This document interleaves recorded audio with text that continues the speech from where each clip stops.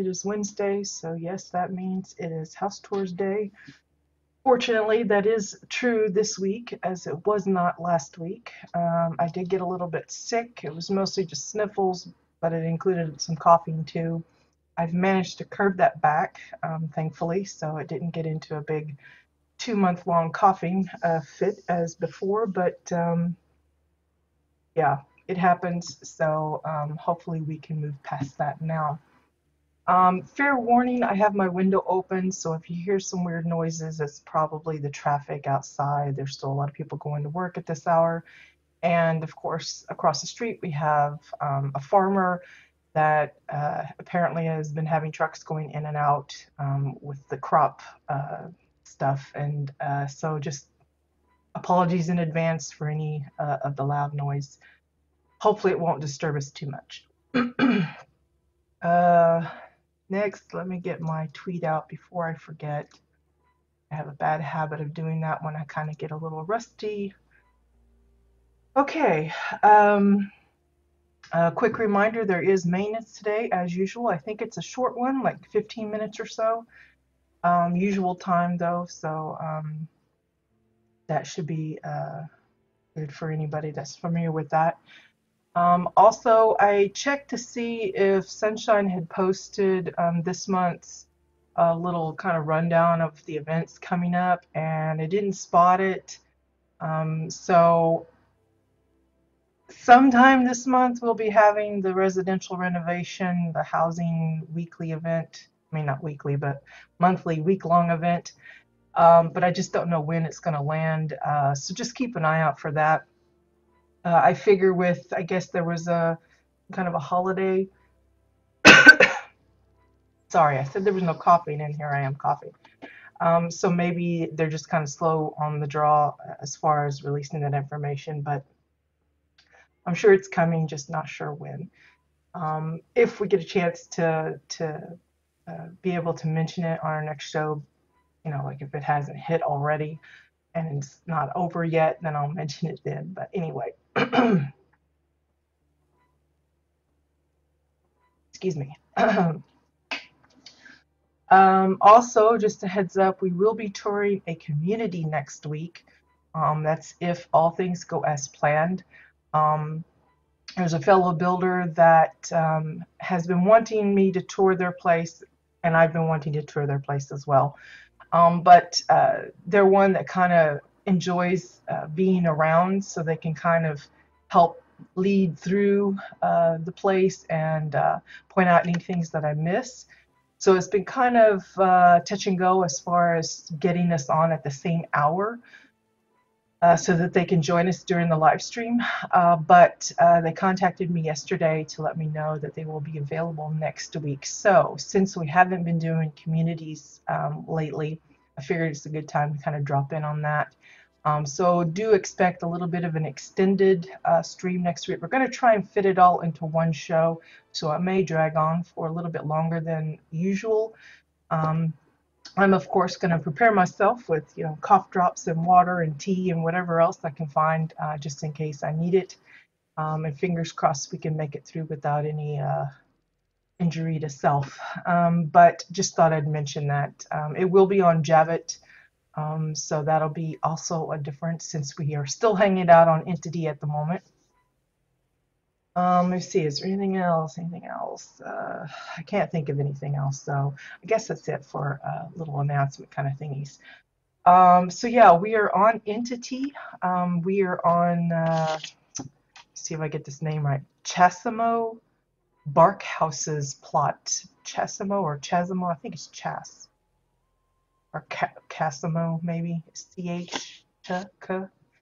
It's called Pumera's Pride Tavern. Now, when I first came here, I thought it kind of looked a little familiar in a weird way.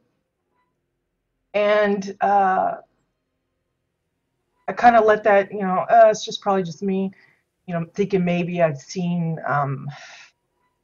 some building techniques or something, and it just reminded me of somebody else's build or what have you.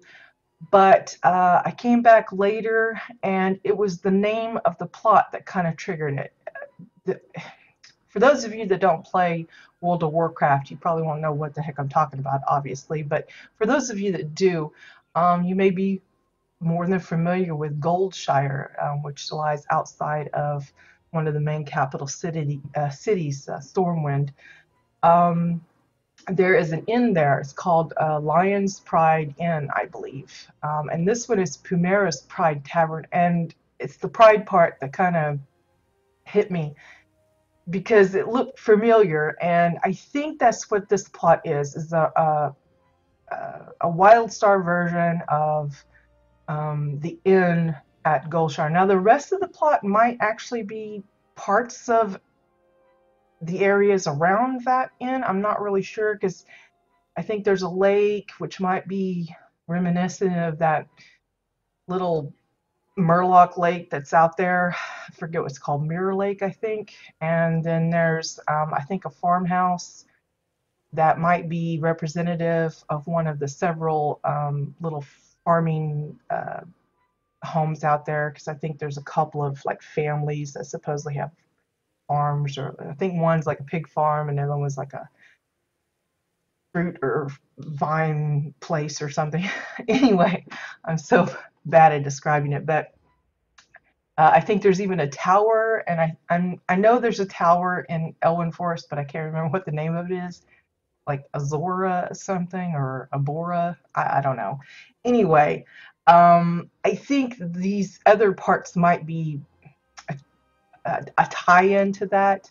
Obviously, it's not as spread out as the actual Elven Forest in the game is, but I think that's what it's supposed to represent, or to kind of a blending in, sort of, because I guess they didn't want to just leave the inn by itself.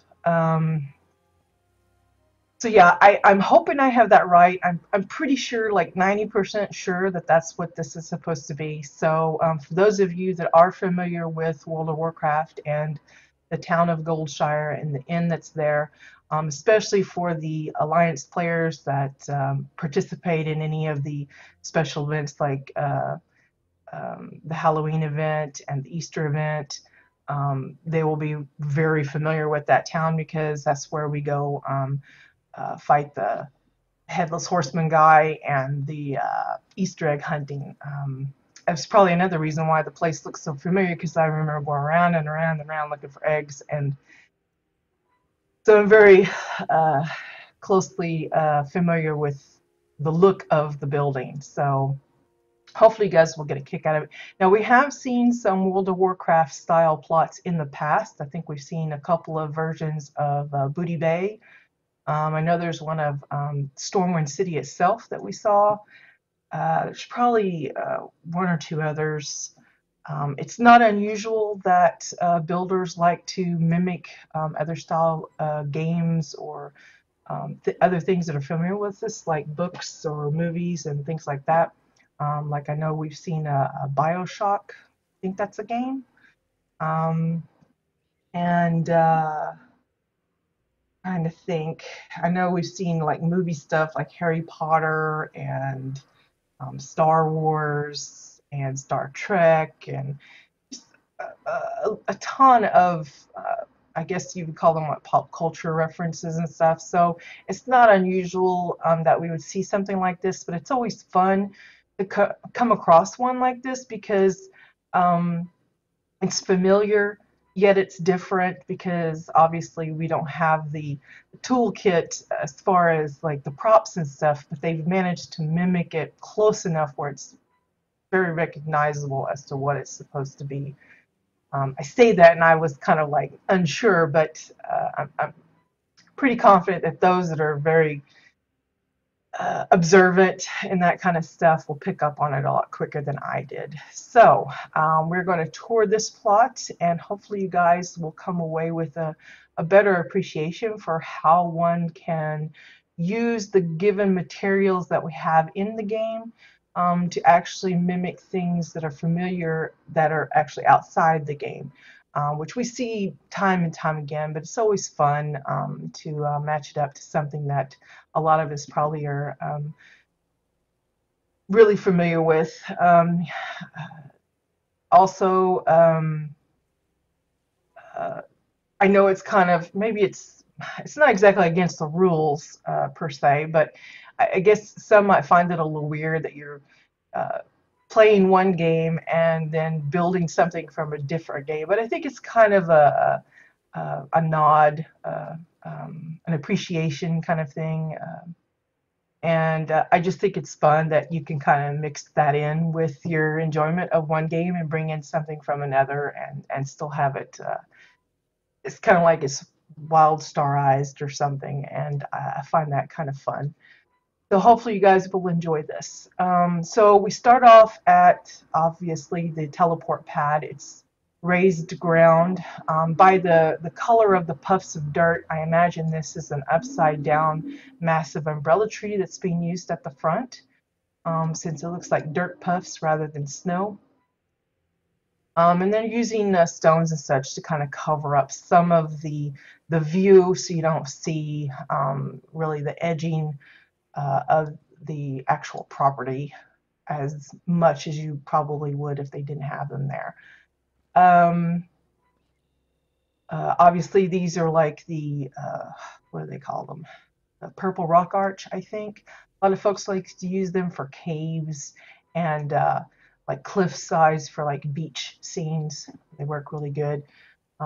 They really look really nice in a brown color too if you're looking for a color variation with the color shifting option.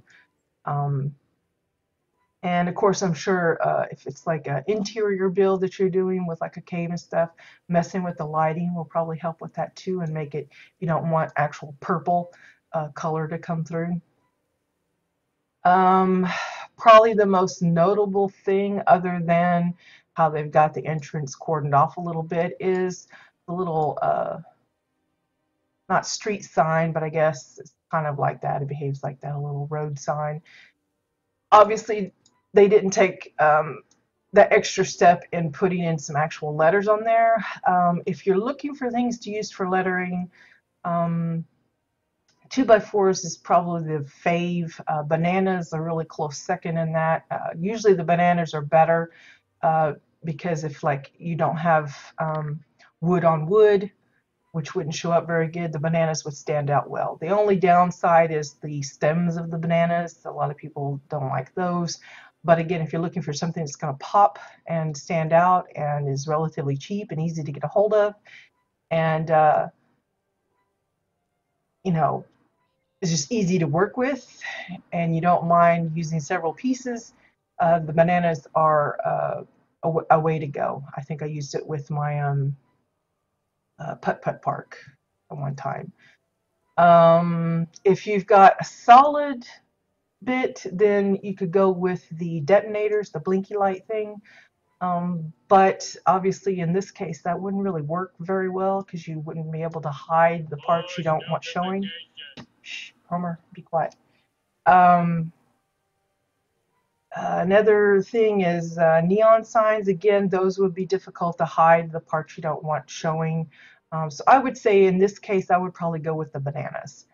Obviously, depending on the decor count you're working with, if you're kind of pinched for space, that's not going to be optimal, and that's probably, I'm going to take a big guess here, that's probably why they didn't bother with that. It's just the kind of representation that it's pointing one way for this place and another way for this place without actually designating. I mean, we've seen some like city builds and stuff where they actually put down the names like mark it this way and whatever. But again, it just really comes down to the builder's preference and if they feel like it's absolutely necessary. Since this isn't actually connected to a community-wide plot system, um, and it's pretty straightforward in the layout, I don't think they felt it was necessary to get that detailed. Um, then, of course, anybody familiar with the layout or general idea of this part of the game world of World of Warcraft, they really probably wouldn't need it anyway. But anyway, just saying that it's a nice little touch to have this added in. And of course, it's just a pillar. I'm going to say something else, but I knew that was the wrong word. Pillar with a couple of metal edge 2x4s. and then the little lamp post, which is actually kind of stuck in there. Um, Trying to see if there's anything else that's really notable. Can't really get a good look up on the up above. Anyway, yeah, they do. They do, TW, and good to see you this morning. I'm glad you could join. And hello to anybody else that happens to be lurking around. I know we've got a lot of viewers that will come and drop by and not really say anything, which is okay. But I just want to know, I am aware that we do have some lurkers occasionally, so it's not that we're ignoring you. I just don't really, I don't keep a constant scan on the chat visitor list. I keep that hidden, so I'm not really paying attention to that. I just notice if someone's saying anything. So apologies if you feel ignored. You're really not being ignored on purpose. Okay, so there's the little pathways. I believe these are the edges of the Draken fencing. The only reason I kind of am pretty confident about that is because of the little skulls in here that you might see. Um, Another one that you might could consider is, I think it's one of the Draken fireplaces. Now, again, I don't know if that one comes with a sound effect, because I know some of the fireplaces have like a crackling, burny sound. So that might be troublesome if you're trying to use it. But if it's not noticeable or whatever, then you could probably use that in this way too. But they opted to use the Draken fencing because it has a kind of, it's not like perfectly straight. It's a little crooked here and there, and it kind of makes it look like a more um, I don't want to say natural, but a more of a ramshackly kind of stone path than just, you know, like a cement path you would see in an actual city kind of setup. Now, I don't know, I don't think it matters which path you take, it leads to the same place, basically. But we'll go through here, through the one with the sign. Takes us to a little bit of a bridge here. Again, I'm pretty sure this is all the Draken fencing here. And they kind of hid that it's solid all the way down by putting in this part here. Now, I'm not quite sure what they're using for the edging on the bridge here. I don't know if it's just a recolored something or other, like maybe a window or what have you. This is pretty solid black as well. Motorcycle or moped or something going by. So I'm not really sure what this is, but it makes for a good little under the bridge kind of thing. It's nice and dark and creepy. Now I'm going to probably regret I stepped into the little river here.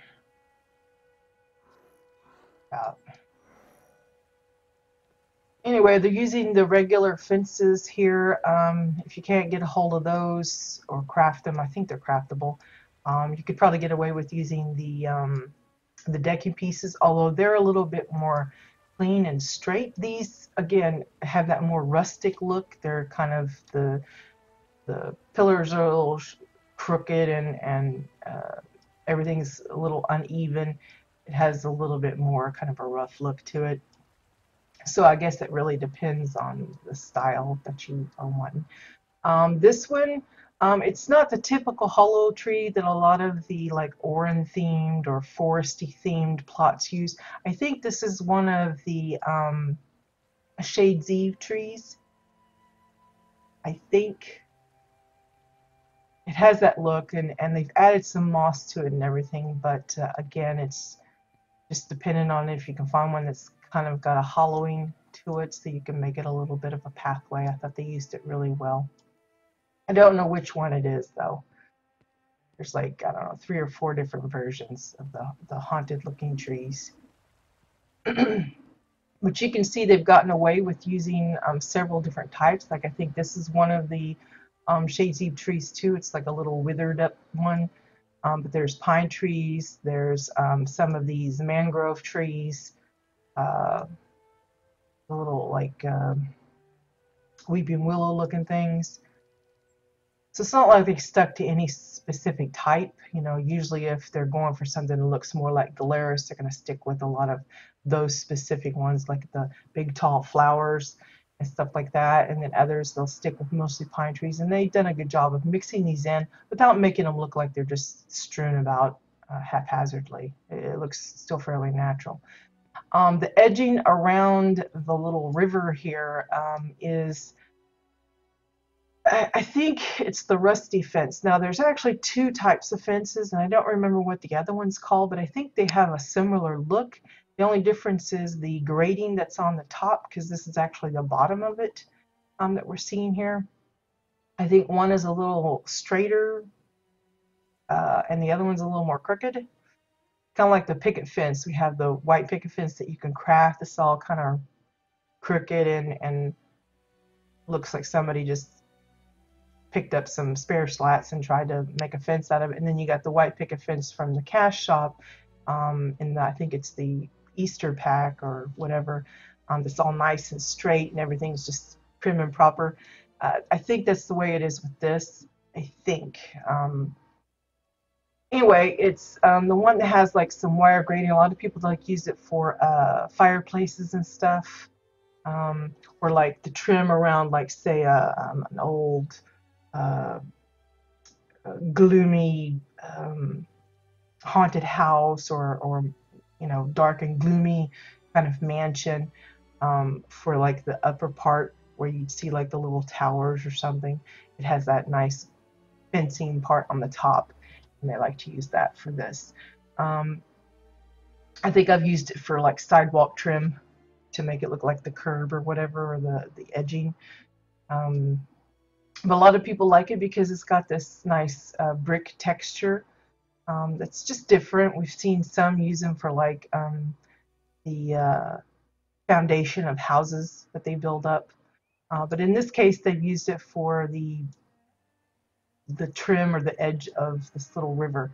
Now down inside, you can see that they've actually got some stone bits. I think again, it's the Draken fencing that they're using.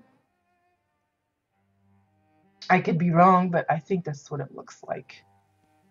Some of the stones here are just regular sandstones, but like this part with the green moss on it, those are the thinker heads. Again, that's a big favorite for those that like to do a lot of the landscaping with, especially in like the jungle type themes, because it has on the back of the thinker's head, there's a lot of that long mossy bits. And as long as you can find clever ways of hiding the thinker's face, you get these nice little green mossy bits that looks like little hills, and you got the shrooms popping out, and it just adds a different texture look than just always using the bare stones.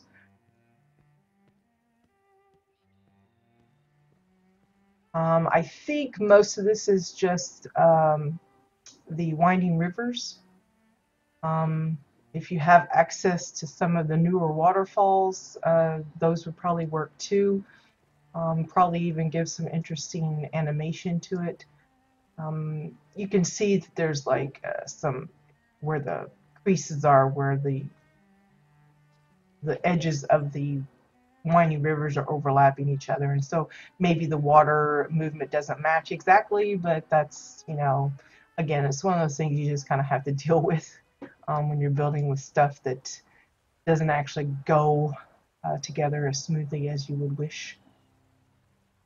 So you can see on the other side from the entrance, it's another bridge that we would come to. Go back over here.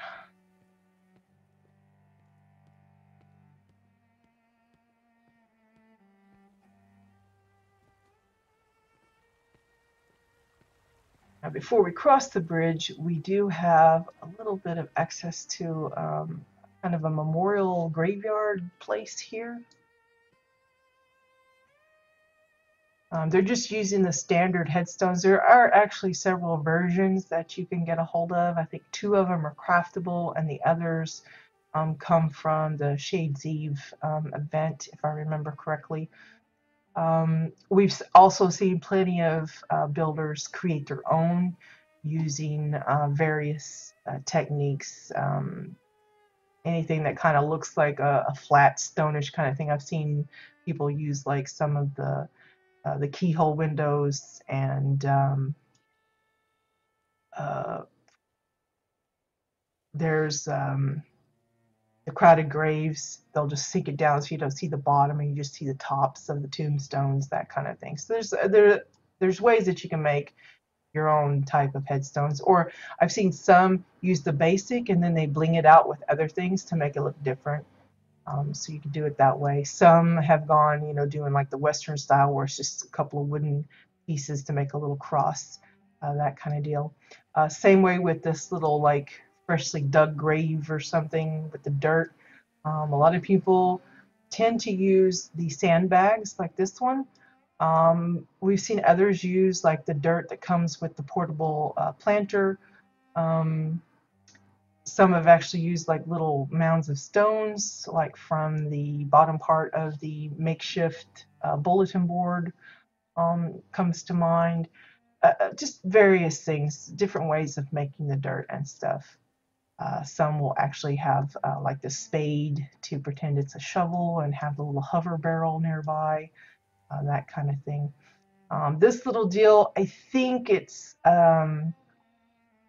just that hand. It's like somebody pinned it on the wall kind of thing. So it makes it look like there's a creepy zombie getting ready to come out.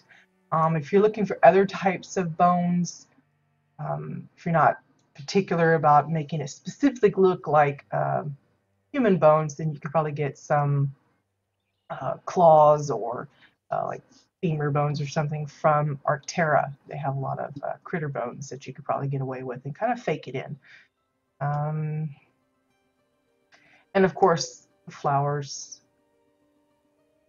Everybody, almost everybody, if they do some kind of a graveyard scene, there's always at least one that has some kind of a flower offering. Some use like representations of like incense. Others, I've seen a few make like wreaths or leaving some swords or some kind of memento behind. Again, unless you're with the builder and can actually ask them, if there's any specific meaning behind certain things like that, there's no way to tell, but you can kind of make up a story in your head as to why they have a flower pot here next to this one, that kind of thing. Okay.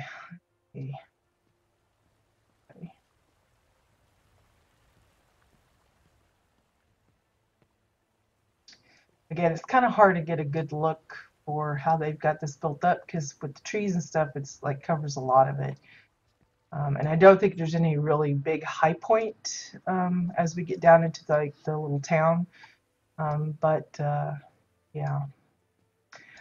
Again, I think this part is just because of how the dirt puffs look brown. Again, I think it's another upside down massive umbrella tree. I could be wrong, but I'm fairly confident that that's what that is. And then they've just trimmed it in the stone to cover the edges that they don't want you seeing.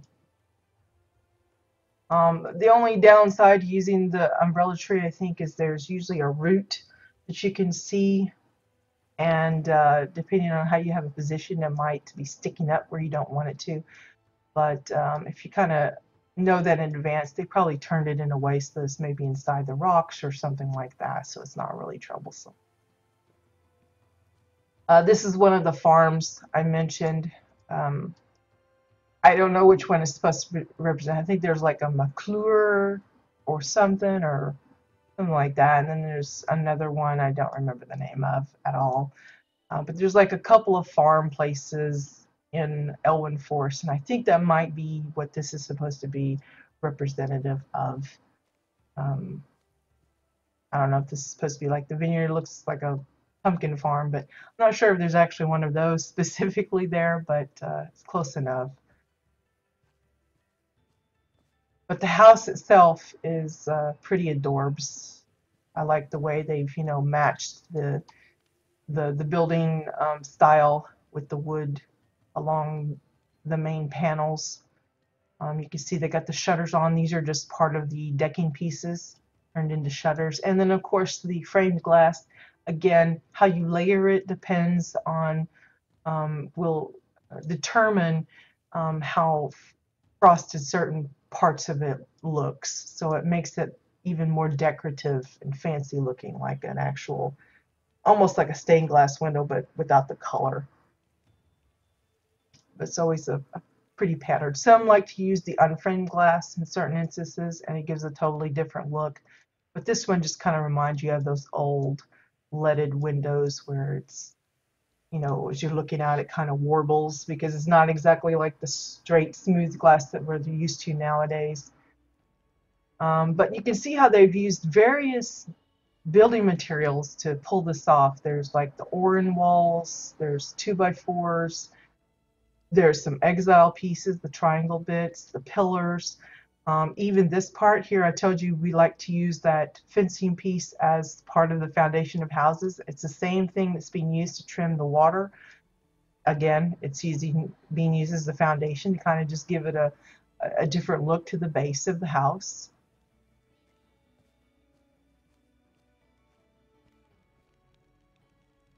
The chimney fireplace, I believe that's the Draken one.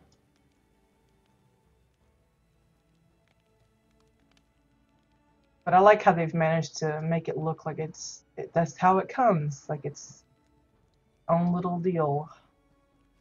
Like it wasn't built from scratch from hundreds of pieces. Here's a good look to this side with the other windows. Again, notice the patterns are similar, but they've changed it up for some of the rooms. Vertical diamonds instead of horizontal on the bottom.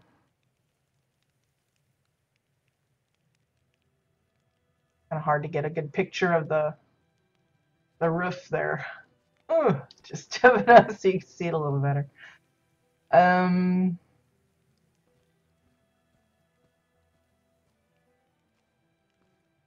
The doorway, again, with doorways and windows in a custom built house, folks always have trouble trying to blend that in so it doesn't look so awkward because obviously our walls and floors and stuff don't come with holes necessarily. The closest we have are the archways that of course is being used here. But a lot of people have trouble fitting that in, especially like if you're doing like a house that has a lot of like the 2x4s and you want all of the wood to be the same sizes. It's impossible really if you're going to have unless you find the smallest size and then stick with that small size, even though you could probably get away with a bigger one elsewhere. And then only then could it kind of be matchy-matchy, but you're just you're forcing yourself to use more pieces. But they've did a good job of blending this archway in, even though it doesn't really match necessarily, except for maybe the triangle pieces of the roof here. And of course, the little porch kind of thing is just either a dome or cylinder that's been sunk down into the ground. A lot of people like to use like the tiered style, where it's like smaller and bigger and bigger as it goes down to make it look like a nice little stair step kind of deal. Now notice they don't have a door. A lot of prefab homes and stuff, they like to put the doors on. In the beginning, sort of, and maybe somewhere in the middle, there used to be an issue with the functional doors, where sometimes they would work and sometimes you'd come into a plot and actually couldn't get the function to open them like they were supposed to. So a lot of us kind of became a little skittish about using doors, just in the event that when we had a visitor they couldn't get in, especially if it was an important part of the plot that we didn't want them to miss. So some of us either took to this route by using no door at all, or if we had like a faux door, we always leave it open, obviously, and then you know, do away with the issue of having the doors not function. Now, I don't think that's been an issue for a while now, but for those builds that are a little older, perhaps, uh, and for those that might wonder, why didn't they put a door there? That could be one of the reasons. It was an issue in the past, and it was something that some of us had to address in our own way. And one of the ways is just to, well, leave the doors off, and then there's no problem with the doors not working. Okay, so in here, from what I can remember, there's not a whole lot of furnishings. And I honestly don't recall what the interiors of the houses at those farm places looked like, but I suspect it's pretty close, especially the fireplace, which is something they seem to take a lot of care in deciding how it was put together. But you can see uh, how they take into like with the wood, how they've got it in here. It follows on the inside a lot of the trim and such. The table is actually the back side of, I think it's the reclining lady or reclining woman. Kind of like she's lounging like a, I don't know, a lady. um, Notice it doesn't have a stand. I don't know if they just forgot, or you know, it could be one of those things. I've been guilty of it myself. I'll put something together and then I'll move it, but I maybe forget one of the pieces to move it all as one, and I'm not really paying attention, and then later I discover I forgot to move all of it, and they end up with little quirky things like this. But we'll just pretend that there's a table leg or something there. Um, Obviously, you could get away with using almost anything for that. Another pillar, just a little fatter and stuck into the floor, or maybe they could give four legs to it, that kind of deal. I don't know if it was meant to be like a dining table kind of thing. It could be maybe this is kind of still in the process. They just kind of lost some ideas. Um, Everything looks pretty finished to me otherwise, so I suspect it's just maybe an oversight. It's possible they ran out of space and just couldn't add it and said, well, I'm going to pretend that it's there and just let people decide on their own, but or maybe it's a haunted table. I don't know. It's just floating in space. But the fireplace is probably the most fun. These are books that are being used for the bricking or whatever, for the mantle and the main part of it. The rest of it, I believe, is still part of that. I guess it's the Draken version of the fireplace. And then it looks like they've also got some of the Draken fencing kind of snuck down in here to kind of seal it off, I think. I'm not sure. And then, of course, they're using the small campfire for the actual fire. Some like to use is it the Falcon fire pit, I think? The only thing is it's got that metal bit with the rod sticking out of it, and you kind of have to squish it down and make it look a little better. And I think it's actually like crooked if you set it up like upright, and you have to kind of like tilt it to make it look like it's not all wonky. Okay, let's see. All there? Yeah. The staircase. I think it's just the regular staircase, but I like that they've added this little trim here, which doesn't come with the staircase. And a lot of people don't bother to put that kind of stuff in. As well, some will actually add in a layer of wood underneath to kind of block.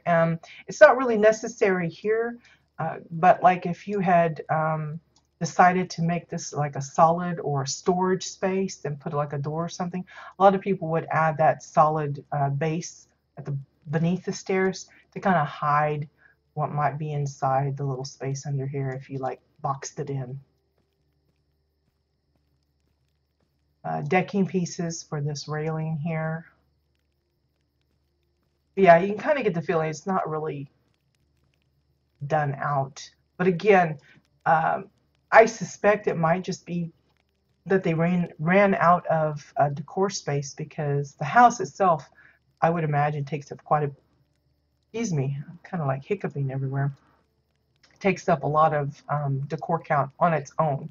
And that's one of the uh, tricky parts of deciding to build your own custom houses and such, especially for those that are looking for village builds, city builds, that kind of thing. That's why we come across a lot of those builds that have what we call faux buildings and such, because it's just not feasible to build these and then have the interiors as well, because uh, the building itself takes up, you know, tons of pieces. I think I built one and it was like almost 1,000 on its own, and that doesn't leave a lot of decor left over to build up the interior, especially if you're like myself and a lot of builders that like to really custom build just about everything.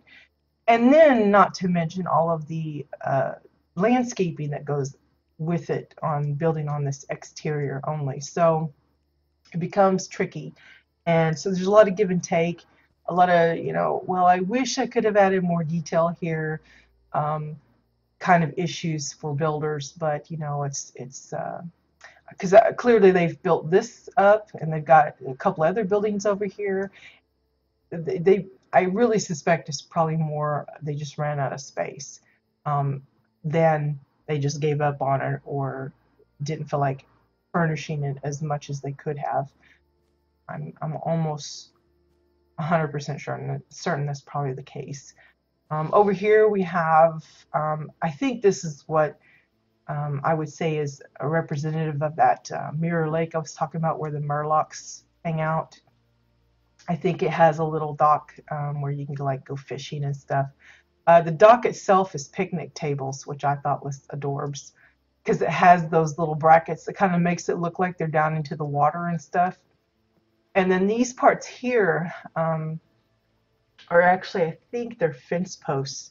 A lot of people like to use them because they have these really dark stones. I've seen a lot of people, including myself, using them really supersized to make like some really interesting, like mountainous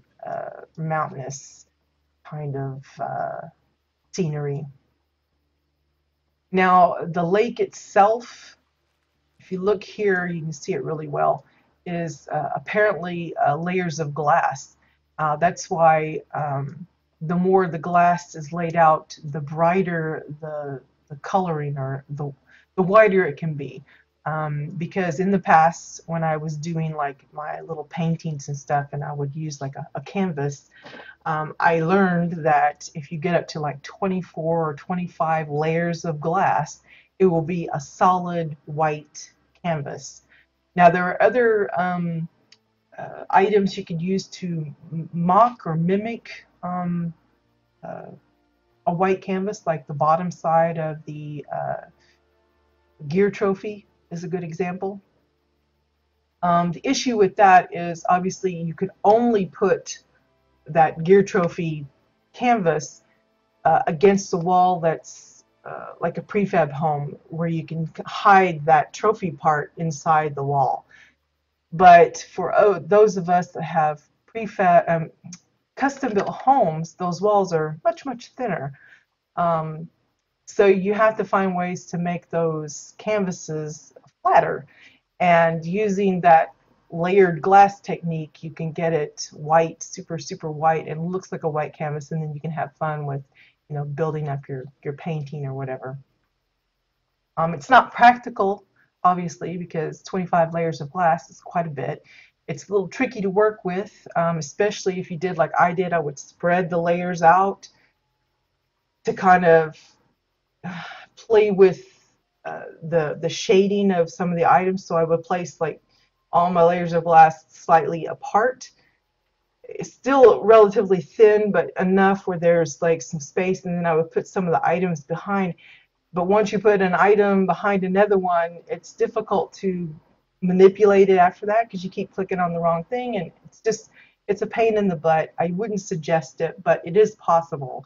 it's just not the most practical use. And of course, it's a lot of items for one, canvas thing. So again, there's probably better ways to go about it. But again, they're playing to the effect of that layering to give this water um, a little bit of oomph as far as looking like blue and obviously they don't want it to look solid, so the layering, how they've spaced it out, it makes it look like there's some depth to it. I don't know what they're using for the base of it. I suspect maybe uh, an oversized Oran wall, just because of the shapes of some of the stones and cracks and things that are on it. And of course, then they've added the waterfalls here.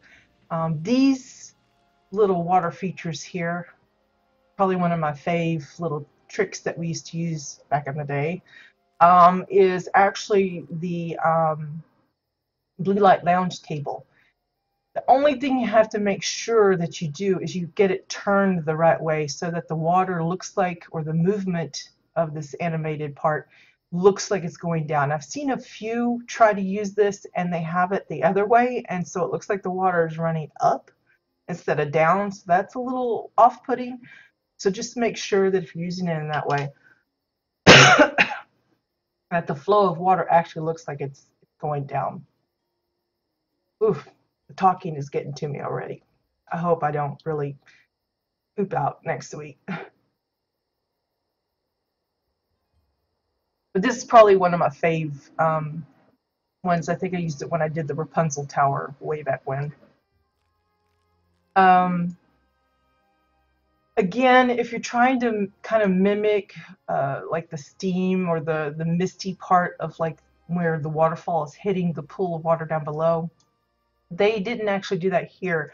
I'm going to offer up some suggestions that we've seen in the past, which would be like the blue flare, blue light flare, one of those.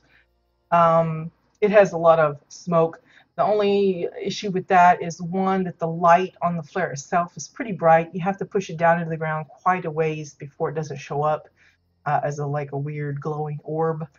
Um, so that requires you to make the puff of smoke pretty big. Also, the puff of smoke or mist or whatever you want to call it moves. So sometimes it'll look like it disappeared and then it'll come back a little weirdly.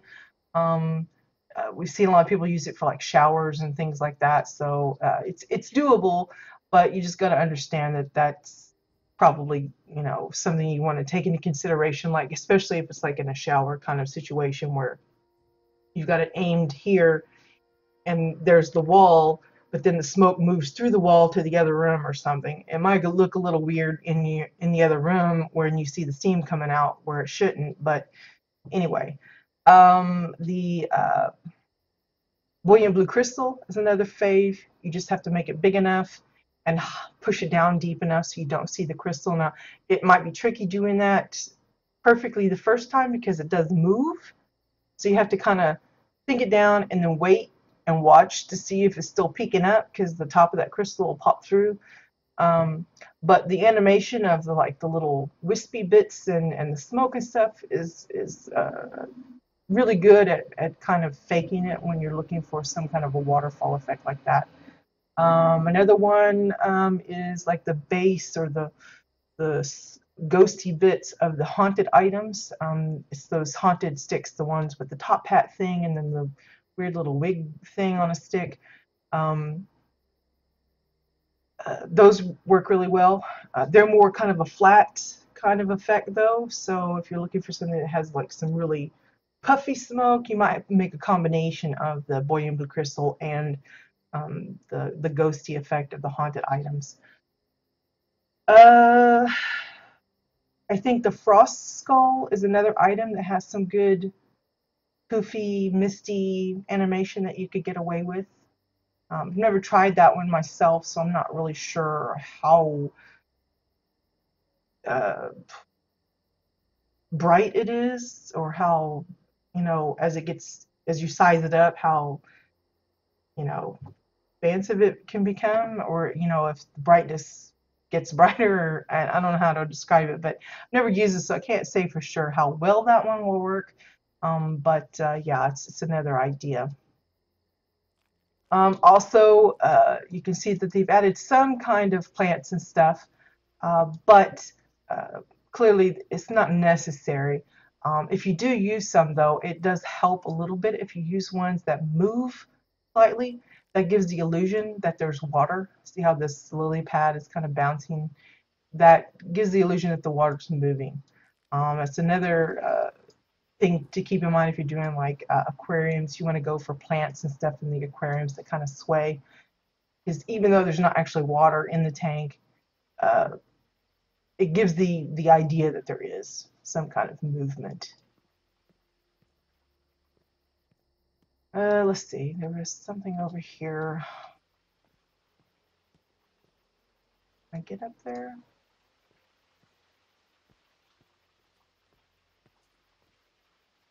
I'm gonna see. I don't know if there's an easier way up or not, but I'm just gonna bounce my way over. Again, I think this raised layer of ground is another upside down umbrella tree because of the brown poofs. Here we can see someone's laid out a little picnic. The little blanket or whatever is just an oversized Chua pillow. The tribal mats are probably a big fave for picnic type scenes. I don't know if you could get away. I don't know how it would work. I'm just thinking off the top of my head, but I know that the tribal mats have like that thatched, like weavy pattern. I wonder if you could like recolor one and like mesh it with one that isn't colored and have it look almost like a check pattern. Probably not. I suspect it probably would either just cancel each other out or not completely show perfectly the different checks or something. I don't know what would be an easy way of doing that without having to go square per square to change the color. I think that would be difficult. Might have to try that sometime just to see, you know, for myself. But you can see they've got the fruit bowl, but then they've made their own fruit bowl using a regular bowl and then just tossed in the berries. Fruit's really supersized compared to the wine bottles there.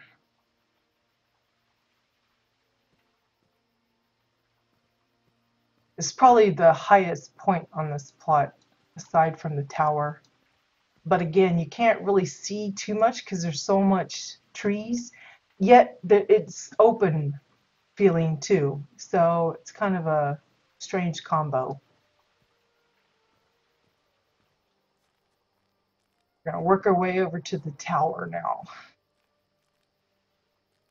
See if there's actually a straightforward way of getting up to that thing.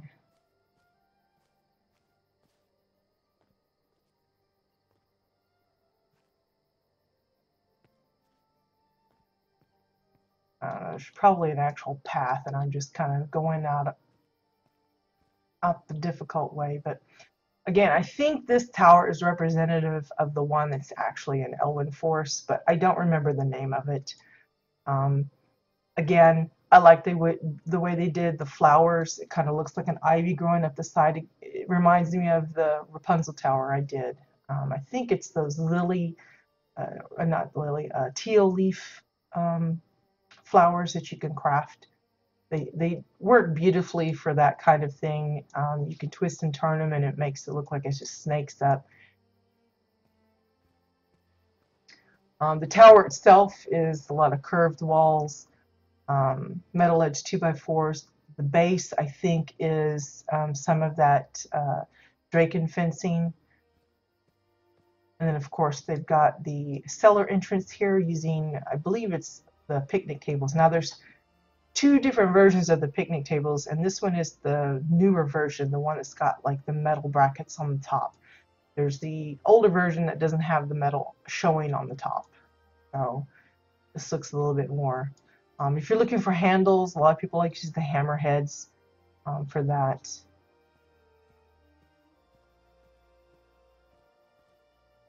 And of course, notice that they've got the windows going. Now this one actually put in 2x4s for the leading of the windows.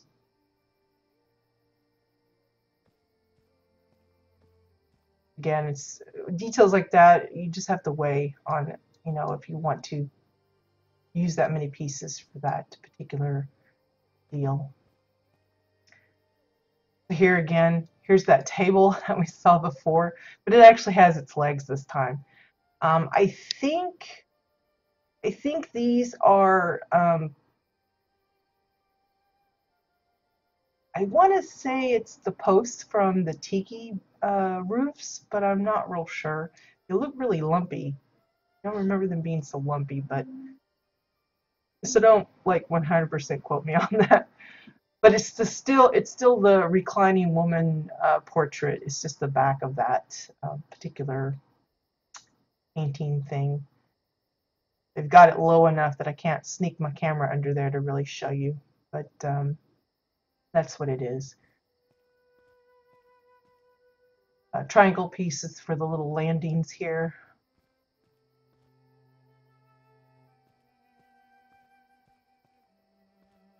There's a little library section. Pretty straightforward. You can see some of it is hover part pieces for this tower.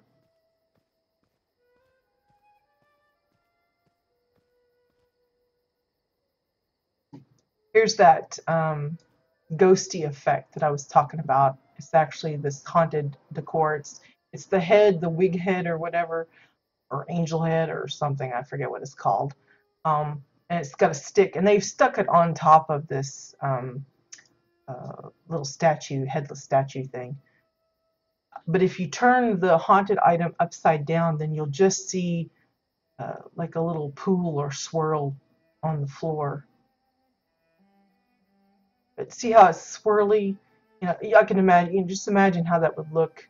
You know, you won't really see these ghosty parts too much because I think that's on the above part. And if you turn it upside down, you just see this part here. And see how cool that would look for a water effect or a pool of some sort. Yeah.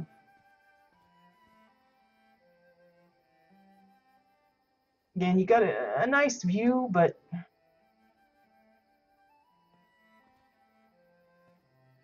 difficult to really show it well. It's not like I can zoom out because the glass prevents the camera from zooming out. Look at the roof, how they've done that.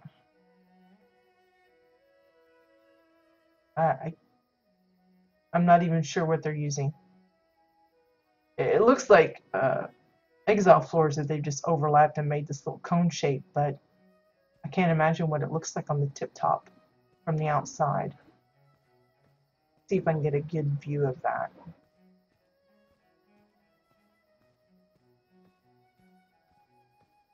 Yeah, I think this is some kind of like mage tower or something in the game. Yeah, so you can see the part sticking out. But it made the interior look awesome, but it's a little choppy loppy on the outside. But, you know, because it's so uniform all the way around, it probably looks, you know, decent. Again, it's kind of difficult to get a good, I'm going to see later if I can get up top here and get a good look at that.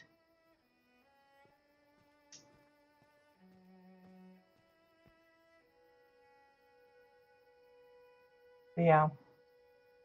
I could see a lot of people turning this into like a observatory and like having the top have a hole in it and have their little telescope popping out.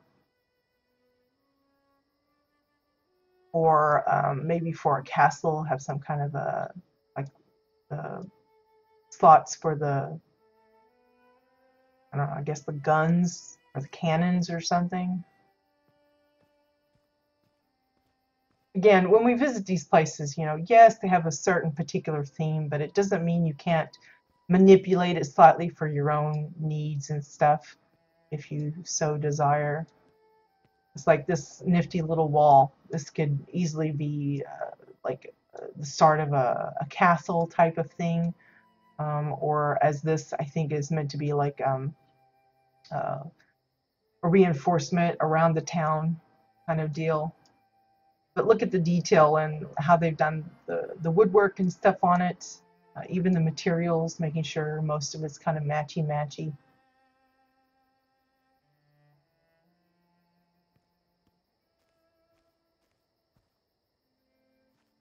These are just like oversized walls here. Two oversized walls, and then they put in like a 2x4 for the little walking path between the towers. And then you've got that reinforcement of that fencing down below. Same thing that they're using for the river trim.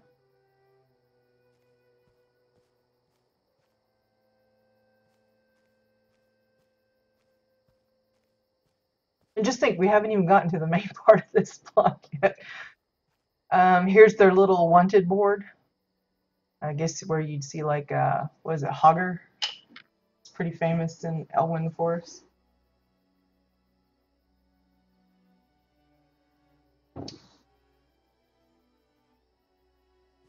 And let's see, now this part here, this wishing well, I think that's a fab kit. I'm not going to go into too much detail there. Here, I got a little practice area. This is, I believe this is supposed to be the blacksmith that is across from the inn. And they had that little practice area in the back. I don't think there's actually a little stream there. I think it's more like a mini pond, if I remember rightly, but it's close enough. I mean, obviously they haven't replicated this area, you know, detail for detail, but the general feel is there. So then we have this blacksmith, and obviously it's not exactly like the one that's in Goldshire, because like this part here, I think is like almost like a gnomey kind of, like it's got this weird little pumpy thing for the, I guess the forge to keep it heated up. But they've got it, you know, somewhat close-ish, using some domes and cylinders for this part. I'm topping it with a chimney. I got a cylinder here, and notice that the building kind of is reminiscent of the one we just looked at, with how they've done the roof with the walls, and then they've got the trim of the 2x4s and such. This is, I think, one of the tubes, and then another chimney,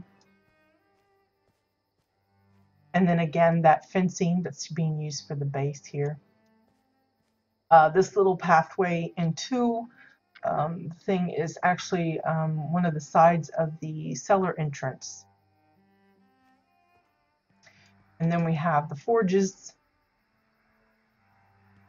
which I thought were cleverly put together. It's basically, I think it's keyhole windows, two of them, one smaller, sandwiched together sort of. And then for that glowy effect, they're using orange windows, and then I think it's an orange sconce to kind of give that brightness, the glowy effect to it.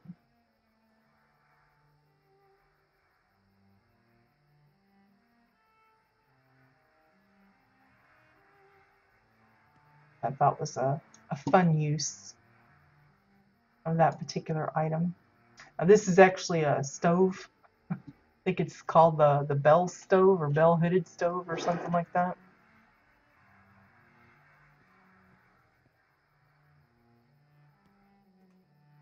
So there you go. That's the blacksmith. Let me see if there's any other buildings we haven't looked at. I don't think so.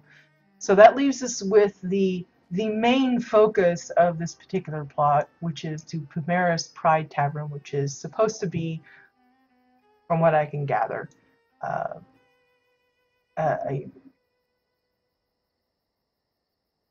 a, I don't want to say a mockery, that's not the right word. Their version of the Lion's Pride Inn from Goldshire.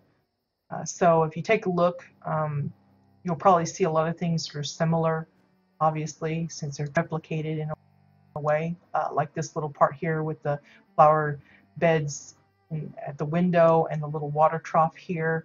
I know when I went Easter egg hunting around there, that's where a lot of the eggs would pop up, was in the water trough and in the bucket and underneath this little trim.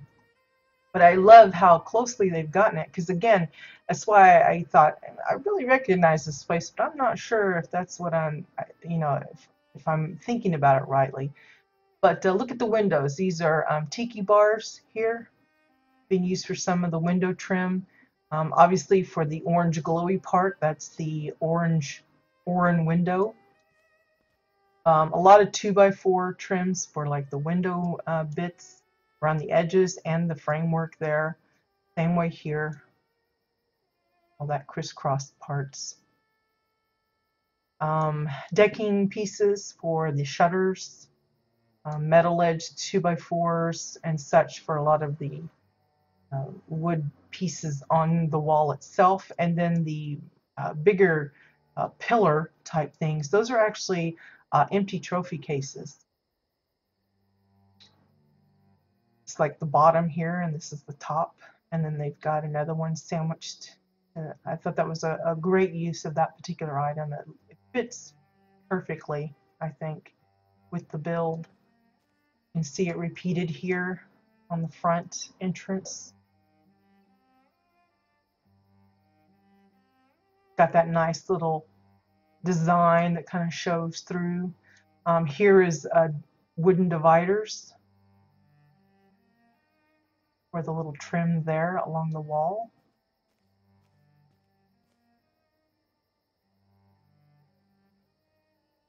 Oran walls for the roofing, mostly 2x4s for a little bit of the trim on top. Exile pieces for this part here. This part might be a hover part piece, I'm not sure. Those are very similar. I think one's just slightly darker than the other. The fireplace, again, I think it's one of the Draken versions. Got that lovely dark stone. Again, the mirror, windows are pretty much the same all around. How they're put together.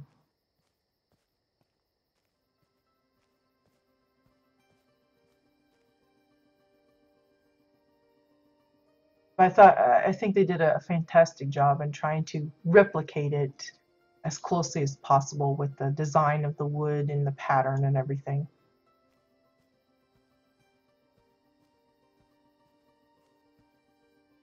Again, cellar entrance with the picnic tables acting as the doors. Now, the fun thing about this particular build is it looks like a building that you can actually go in, and you can up to a point. Once you go inside, ceiling being a curved wall, 2x4s, another one of those pillars here. This part here with the arched ceiling is actually a couple of the tiki bars again.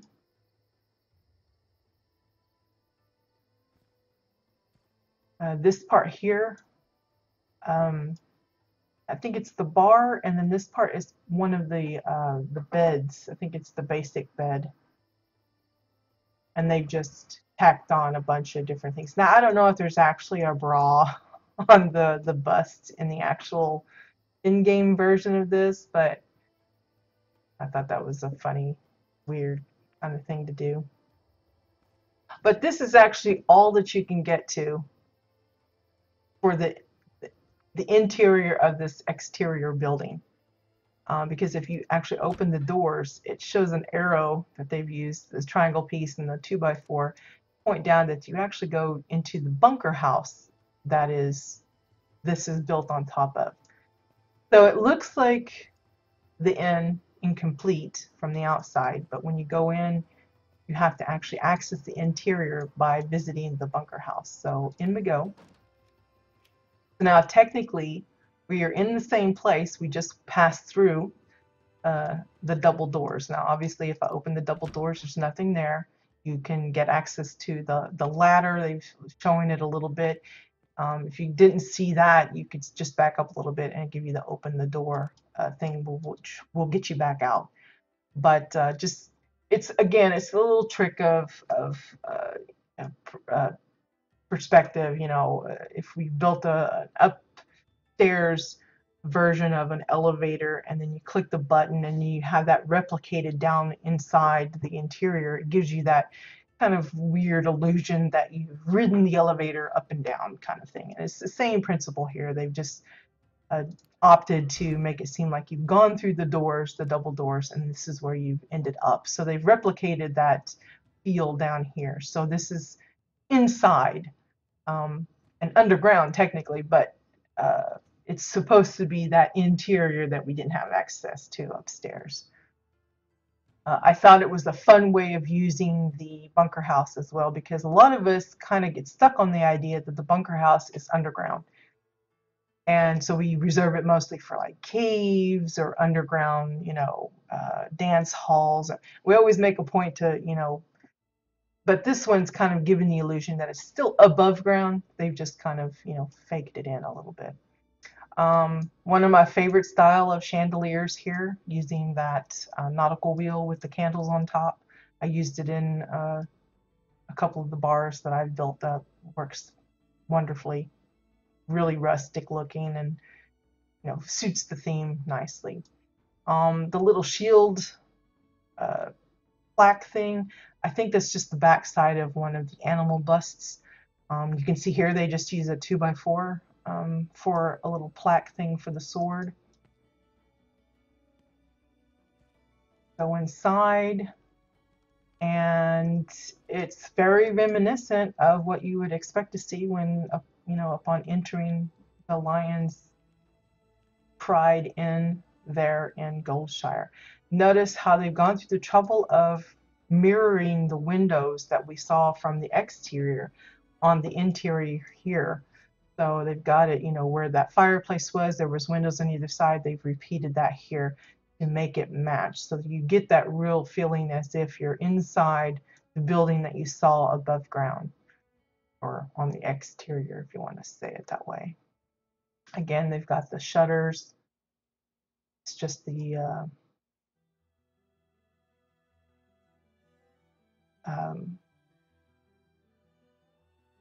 decking pieces. There we go. Or just did not want to come out, did it? The picnic table setting with the benches, chandelier again, heated. This little table it's a combo actually. It's the feeding trough, but then they put the brown table on top of. The brown table is the one with the really tall legs. It's one of the items I really couldn't stand in the beginning, but I've gotten kind of used to it more because so many builders tend to use it for flatter tables like this. They just squish it down so you don't see the legs, and it looks a lot better. I really don't like those long, tall legs. It's not that people don't use it in that way, but most of them tend to kind of squish it down like this. Over here you have, this is that cabinet that they're using for those beams on the main part of the house. It's just, you don't see this side of it. The kegs here, again, are the feeding troughs, and they're using hammers for the little spouts. For the table here, this is actually, I think it's the tree portrait or landscape. It's the one that has that really nice wood grainy texture. A lot of people like use it for cabinets and floors and walls, and in this case as a tabletop. I don't know what they're using for the legs. I suspect it's I don't know what that is, fence posts, or maybe that's actually the version of the tiki roof sticks that's present. I have no idea, to be quite honest. For the railings, those are ladders. It's probably one of my favorites, like quick and easy. You can use fencing as well. Those work good for railing.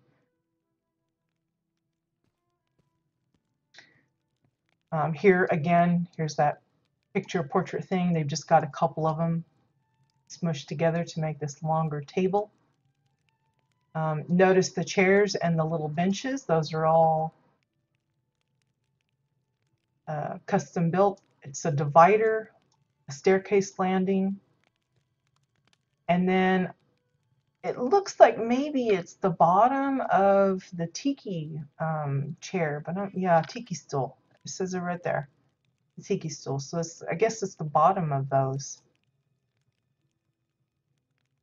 So it's strange. They're using the bottom of a chair to make another kind of chair, which is kind of fun twist.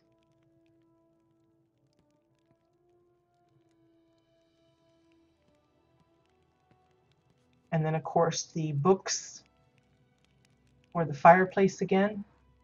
So it's reminiscent of the one that we saw in the house outside. But, you know, they've dressed it up differently here, obviously.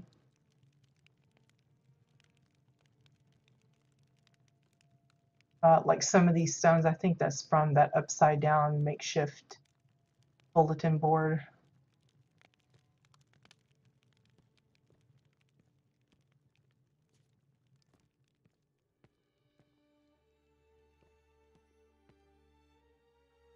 And I like how they pull that furniture throughout. It helps, you know, blend in better. There's no harm in making multiple different styles. I mean, they threw in the Draken sofa here to kind of offset all of this other woody stuff, but again, you might have to, you know, like go in game and compare side by side just how much detail they paid attention to and tried to replicate in their version of the inn.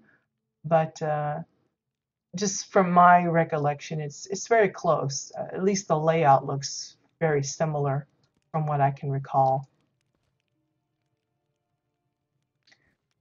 Here's like where the bar would be, where the bartender would be. Now this is again that fencing, the one that they're using for the base of the houses and the trim of the river. This bar here is actually, I want to say it's upside down. I could be wrong, but it looks upside down to me. I think the top of the bar is actually the bumpy one with the light sockets. And I think this is actually the base of it where the shelves are, and they've just flipped it.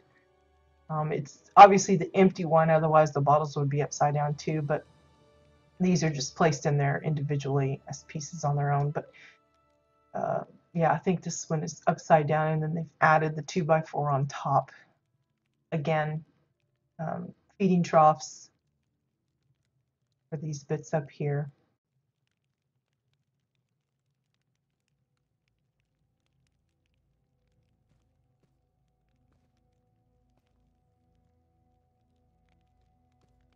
Now this part gets a little iffy because I think there's actually like in the inn, I want to say that once you enter the kitchen, there's an actual like staircase that goes down to the cellar or whatever where they keep the wine, beer stuff. But due to the nature of how this was built inside the bunker house, they clearly couldn't do it that way. So you'll see what I'm talking about here in a minute, but I just wanted to mention that it's still, the layout is similar, but you have to kind of get past that thought that you don't actually go downstairs to get into that part of the structure. But here's the kitchen. Again, books for some of the fireplace here, or the oven, or whatever you want to call it. I think this is actually two ovens smushed together, because I think this is the base of one. It's just been flipped over. I like this little hangy part where they got some of the fruits and intestines dangling from it. But it's like a pillar, and then they've got the chain to support it.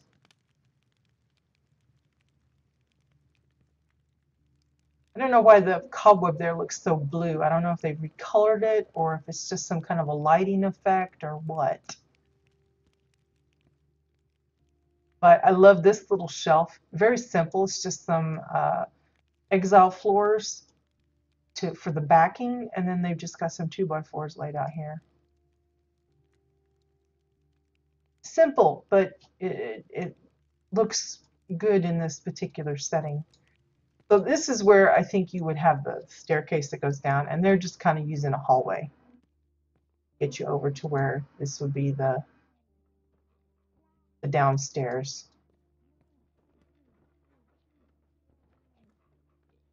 I think there's like some giant kegs there, and I don't remember. I think there's a quest that leads you there, and you beat some guy up. But anyway, and then this, I don't remember this being in, but they've decided to add this little, I don't know, weird sacrificial altar kind of thing going on.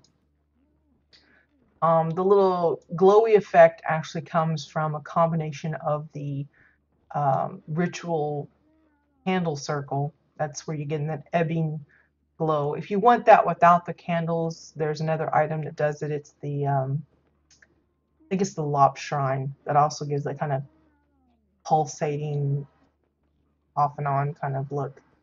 But they blended it with the beer neon sign. That's why you see this one, this ring here blinking every now and then. They've also got an orange window. That's where the orange is coming from. And then this like cone of light that's shooting out. I think that's from the standing lamp, the one that has like a double cone. It's like the light's coming from below, and then there's got another one from above. And I think that's like what all they're using here for whatever little creepiness they've got going. I think this is, I don't remember what it's called, the gator thing. Can't even think of the name. But then they added that creepy third eye here. That's one of the strain items. I think it's the eye splotch. It's the one that looks like a purple splat. They've kind of sunk it down on this book as well to make it look like a creepy grimoire kind of thing. But it's the purple splat, and a lot of people like to turn it over so you don't see the eyeball, you just see the splat, and they use it for like spills and stuff. And now with the color shifting, you can kind of, you know, change its look so it's not always that purple color. Because like we use it and then go, oh, it's like a spilt Slurpee or something, but now it's, you know, you can use it for different colors. But I like the use of it on the book. That is kind of creepy. It looks like something from Harry Potter or something. Let's see. But again, I don't think that's actually a scene that you find in the Lion's Party, but I could be wrong. You know, there's probably lots of places that I've not explored in that particular game, but I just don't recall that offhand as being something that you see in that particular setting. There is an upstairs. Notice I said before when they didn't want something showing behind the staircase, they wanted to cover it. Um, they put a backing on it. Excuse me. I think it's staircase landings in this instance. Whew, getting to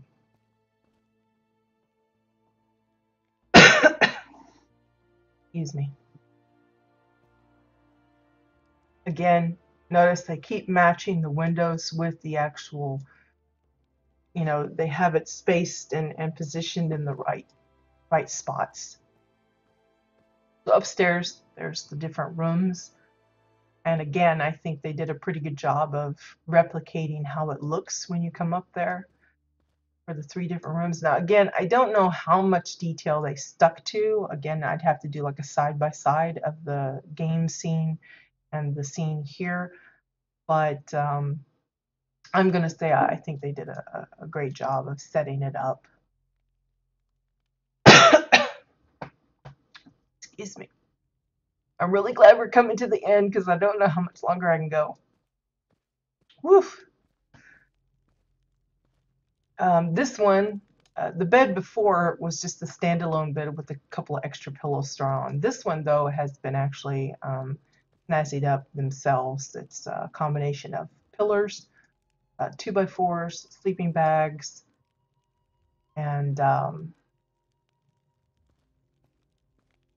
let's see, I think, yeah, they've got like a rose laying on it. And I want to say this part here is the leaf window. It's like the base of it.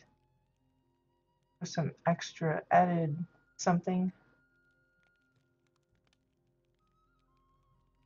And I want to say that the white pillows are actually rolls of toilet paper. I know that sounds awful, but it looks like three oversized rolls, and then to cover up the edges, they snuck in a couple of smaller rolls to hide that they're not actually white pillows. Because the white pillows here are obviously part of the bed, but they wanted some white pillows to kind of match it, but we don't have that, so I had to fake it, and I'm pretty confident those are toilet paper rolls. It sounds bad, but it's like we've had some build the toilets actually out of toilet paper rolls, which is kind of funny, but yeah, I'm pretty confident that's what's being used for the white pillows here. I think the rest is pretty straightforward. Books again for the fireplace. Notice the wreath. It's again those teal uh, leafy plants that they used for the ivy on the tower, and they just made a little wreath for the fireplace. I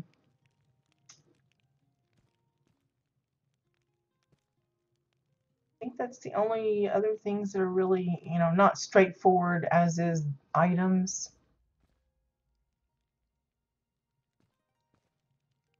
This one here, again, the table setup is pretty similar to the stuff downstairs.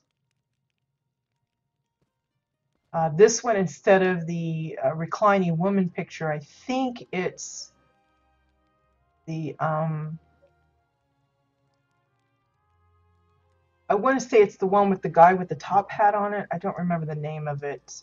It's kind of a different little wood looking, and it's got those edges to it. It's a little wonky shaped. I think that's what this one is.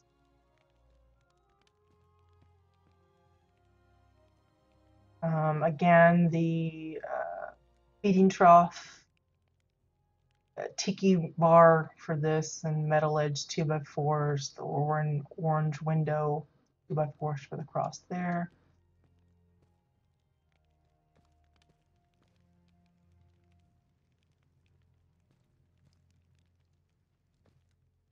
Yeah, I think these are all pretty straightforward, but again, it's done nicely. Um, Again, I don't know, maybe in game there's actually a bottle stuck under one of the beds and then a treasure pile under the other one. I have no idea if it's, exactly, match for match on the items that they're using or trying to represent. I'm tempted to go in and have a look myself just to see how close they try to mirror this setup. If you're wondering about the little ghosty guy here, that's that round beer neon sign again. Some of the crystal formations. There's that buoyant blue crystal I was talking about with that hazy, smoky effect. And then the bust itself, I think, actually comes with that swirly animation itself. Here's them using that ice splotch as a spill. They've got the bottle knocked over. So it's, maybe it's spilled ink or spilled poison or who knows what.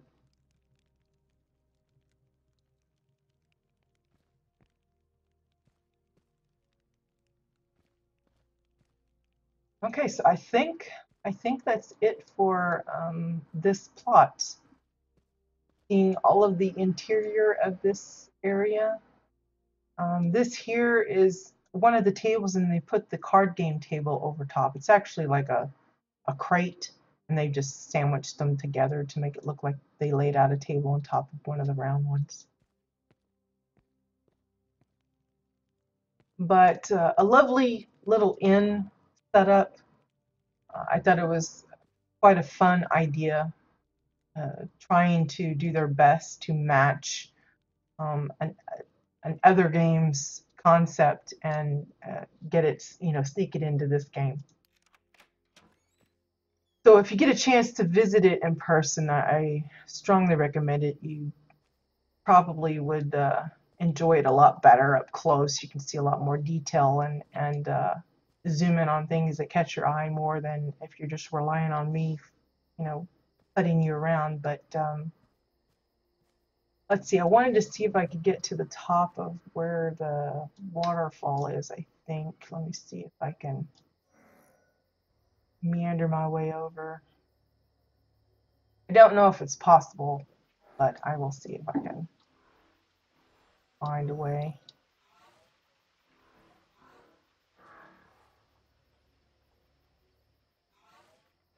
But again, even if you're not doing a little build that's trying to be reminiscent of World of Warcraft, for someone that's looking for some ideas for like little towns or villages, this is a really good plot to come visit because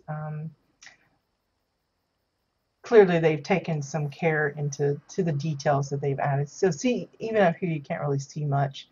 You can see the roof a little better of the tower. It doesn't look so bad from this angle. The other one really looked choppy, but it looks better from over here. And then you've got the bird's eye view of the little pond here. That one is the farmhouse. Got the inn.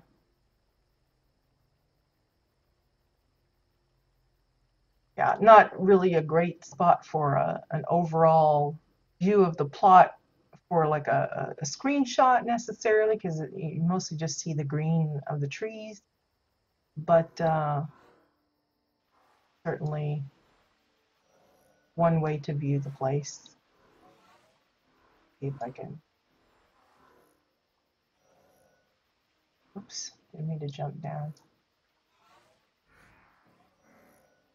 Yeah, it's just the trees are placed just perfectly, so it kind of covers up most everything. Can't get a good distance kind of shot. But yeah, I hope you guys enjoyed the tour. Again, we're hoping to do a community tour next week, so be on the lookout for that. I haven't